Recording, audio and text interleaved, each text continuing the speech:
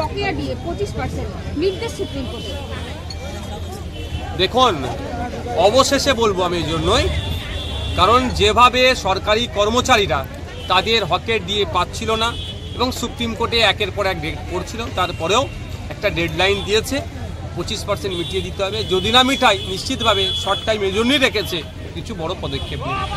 আজকে আমরা ভুলে যাচ্ছি না 2011 সালের আগে মমতা ব্যানার্জি, তখন তারা বিরোধীরা আসলে তারা ছিলেন, তারা বারবার বলতেন যারা কেন্দ্রীয় সমরে দিয়ে দিতে পারে না তারা সরকার চালানোর যোগ্যতা রাখে না। তাহলে এতদিন ধরে সরকারি কর্মচারীদের হকের দিয়ে কেন বুঝিয়ে দিচ্ছিল না? অবশেষে আইনের চড় খেয়েছে, এখন দেখার বিষয় কি করে। সেই অর্থ রাজ্যের কাছে আছে তো, খেলা মেলা করে হাজার হাজার কোটি টাকা মৎসব করে উড়িয়ে দিচ্ছে, কাজের কাজ কিছু করে না। স্যালাইন কিনতে পায় না মানুষকে, স্যালাইন ফ্রিতে পায় না, স্কুল সামগ্রী পায় না, ঠিক সময়ে আপনার কম্পোজিট গ্রান্ট পায় না। বিভিন্ন ক্ষেত্রে আমরা দেখছি আর্থিক দুরবস্থার কথা। এখন দেখার বিষয় যথাসময়ে সরকারি কর্মচারীগুলোকে তাদের হকের দিয়ে 25% বুঝিয়ে দিচ্ছে কি দিচ্ছে না। আন্দোলনকারীদের বিরুদ্ধে অভিযোগ নেই, চাকরিহারা শিক্ষকদের বড় বার্তা মমতার। দেখুন, অভিযোগ না থাকবে কি করে? অভিযোগ তো আন্দোলনকারীরা তো সরকারের বিরুদ্ধে, তারপরেও যেভাবে তাদেরকে লাঠিচার্জ করলো আমি অবাক হয়ে যাচ্ছি। মাস্টাররা আজকে রেহাই পাচ্ছে না। যে শিক্ষকরা আমরা আমাদের সমাজ গড়ার কারিগর, আমরা সমাজের মেরুদণ্ড হিসাবে যাদেরকে মানি, সেই শিক্ষক গুরুদেরকে ওপরে আজকে লাঠি চালালো কে?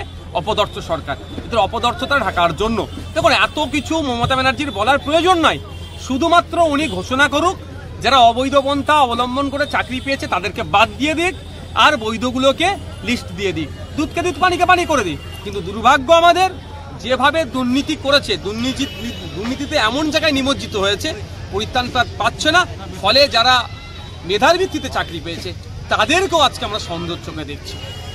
অপারেশন সিঁদুর নিয়ে সংসদীয় প্রতিনিধি দল নিয়ে কংগ্রেসের স্যার অভিষেকের মুখে। ইউসুফ পাঠানের নাম প্রতিনিধি দলে থাকলেও তৃণমূল তার নাম দল থেকে প্রত্যাহার করেনি। দেখুন, কে কোথায় দেবে সেটা আমার সংসদীয় পার্লামেন্টের যে প্র্যাকটিস ওটা আমার অতটা জানা নাই, সুতরাং আমি সেটা ডিটেলস বলতেও পারছি না।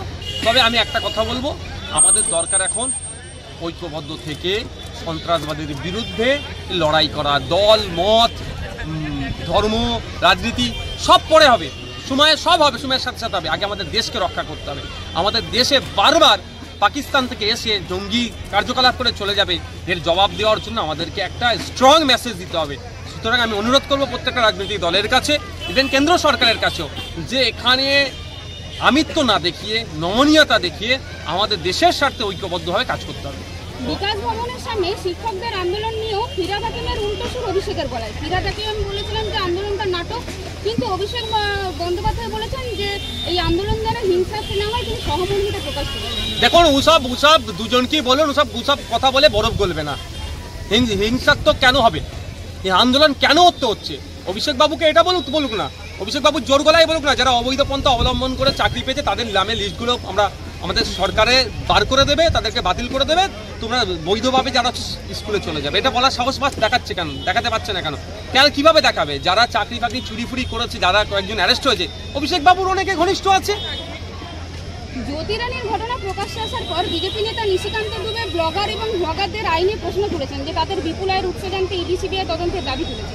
দেখুন, ব্যাপারটা হচ্ছে প্রত্যেকটা দেশের নাগরিকের আইনের বিষয়ে জবাবদিহি করার জায়গা আছে, এটা নতুন কোনো ব্যাপার নয়। বরঞ্চ কেন্দ্রের যে সংস্থাগুলো আছে তাদের যে নজরদারিতে কিছু খামতি রয়ে যাচ্ছে, ফলে এই দুর্দিন আমাদের দেখতে হচ্ছে। নাহলে আমাদের কিভাবে আমাদের দেশের নিরাপত্তা বিষয়ে তথ্য চলে যাচ্ছে, আমাদের যারা কেন্দ্রীয় সংস্থা যারা আছেন তাদের হয়তো কোনো জায়গায় গাফিলতি রয়ে যাচ্ছে, আর অন্যথায় যে ম্যান পাওয়ার দরকার, যে স্ট্রেংথ থাকা দরকার তা অনেকটা কম, ফলে একজনের জন্য অনেক বেশি এরিয়া তাকে দেখতে হচ্ছে। এই বিষয়গুলো নিশিকান্ত দুবে সাহেব এড়িয়ে গিয়ে আবার ব্লগারদের উপর একটা ফতোয়া জারি করার চেষ্টা করছে। ভারতবর্ষের প্রত্যেকটা নাগরিকের তার আর্থিক অবস্থা কি আছে, যে কোনো সময় দেশ চাইলে তাকে দেশকে দেখাতে বাধ্য। নিজের দেহরক্ষী পুলিশ কর্মীকে লক্ষ্য করে গুলি চালিয়েছেন নদিয়ার দাপুটে তৃণমূল নেতা সাজদুল হক। দেখুন, ঘটনা কি আছে ভিতরে, হয়তো এটা হতে পারে, তোলা নিয়েও সমস্যা হতে পারে, বিশ্বাস তো নেই এখন কি হয়েছে, তদন্ত সাপেক্ষ। তবে এগুলো ওই যে দেহরক্ষীকে গুলি চালালো, বন্দুক কোথা পেল, অস্ত্র আইনে তাকে মামলা হওয়া উচিত, অস্ত্রের লাইসেন্স আছে কি না নাই সেটা দেখা উচিত। তবে কতদূর তদন্ত যাবে বোঝা মুশকিল। তৃণমূলের দামাল ছেলে হলে, এই আরাবুল কাইজার সরকারদের মতো হলে ও ভালো গুড লিস্টের হলে, গুড লিস্ট মানে যারা বোম মারতে পারবে ভালো, যারা বেশি বেশি বুথ লুট করতে পারবে, যারা মানুষকে ধমকাতে পারবে, যারা গুন্ডামি মস্তানি করতে পারবে, তৃণমূলের তারা গুড বয়। এটা হলে তারা তদন্ত বেশি দূর হবে না, কমে না। টিটাগড়ে তৃণমূল কাউন্সিলরের ব্যবহার করা ফ্ল্যাটে বিস্ফোরণ, কি থেকে বিস্ফোরণ স্পষ্ট নেই, তবে সন্দেহ করা হচ্ছে মজুদ বিস্ফোরক থেকে বিস্ফোরণ হতে পারে। একদম একদম, কারণ এই ভোট আসছে, এগুলো সব মজুদ করছে, বিরোধীদেরকে মারবে, ধমকাবে, চমকাবে, গণতন্ত্র লুট করার জন্য। মমতা ব্যানার্জি বলেছিলেন, আমরা ভুলে যাচ্ছি না, বক্তব্যে কাণ্ডর পরে রাজ্যে যত অবৈধ বিস্ফোরণ হ্যান ত্যান যা আছে সব উদ্ধারের জন্য। এতদিন হয়ে গেলে এখনো উদ্ধার করতে পারছে না। উদ্ধার করবে কিভাবে? যারা উদ্ধার করতে যাবে, যখন পুলিশ যখনই ধরবে এদেরকে, দেখবে তৃণমূলের আছে বড় নেতাদের ফোন চলে আসবে, ওকে ছেড়ে দাও। হয়তো পুলিশ সেই জন্যই যাচ্ছে না, জানার পরেও। তদন্ত হওয়া দরকার, কী কোয়ালিটির বা কী ধরনের বিস্ফোরক ছিল ওখানে, সেটা তদন্ত হওয়া দরকার। ওয়াকা ফাইল পাস হওয়ার পর আবার উত্তরবর্ধমান দিকে গত কয়েকদিন আগে প্রায় কৃষকেরা মসজিদ এবং কবরস্থানের যে বুলডোজারটা আরও দেখুন, অনেক অভিযোগ উঠছে, সেটা সুপ্রিম কোর্ট সুপারভিশনে আছে, সুপ্রিম কোর্ট দেখছে। মধ্যপ্রদেশে এই ধরনের একটা ঘটনা ঘটেছিল, সেগুলো তাড়া দিয়েছে। আমরা আইনের প্রতি সম্পূর্ণ ভরসা আস্থা রাখছি, আইনি লড়াই আমরা করব। আর উত্তরপ্রদেশে সরকার সম্পূর্ণরূপে ব্যর্থ হয়েছে, লোকসভা নির্বাচনে তার ফল হাতে নাতে পেয়েছে। মানুষ বিজেপি থেকে মুখ ফিরিয়ে নিচ্ছে ধর্মীয় জিগি তোলার জন্য, এই মাদ্রাসা মসজিদগুলোকে টার্গেট করছে উগ্র ভোটকে ফিরিয়ে আনার জন্য। মধ্যপ্রদেশের বিজেপি মন্ত্রী তো সুপ্রিম কোর্ট অলরেডি এটাকে কড়া ভাষায় তাপড়েছে মধ্যপ্রদেশ সরকারকে।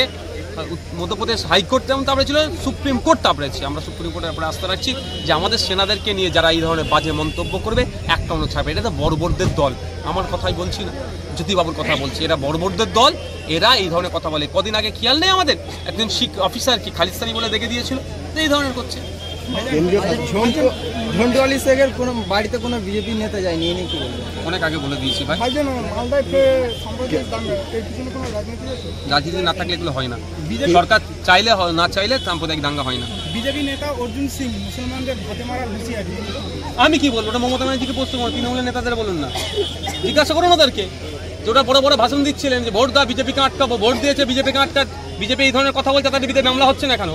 এটা বিজেপি নেতাদেরকে জিজ্ঞাসা করুন। আমাদেরকে যদি ক্ষমতা দেন, বলা বন্ধ করে দেবো, বলবার সাহস পাবেন এই ধরনের কথা। কেউ হিন্দুর বিরুদ্ধে মুসলমান কথা বলতে পারবে না, মুসলমানের বিরুদ্ধে হিন্দু বলতে পারে। সম্প্রীতি ঐক্যের সাথে নিয়ে যাবো, হিন্দু মুসলমান নির্বিশেষে কাঁধে কাঁধ মিলিয়ে আমরা থাকবো।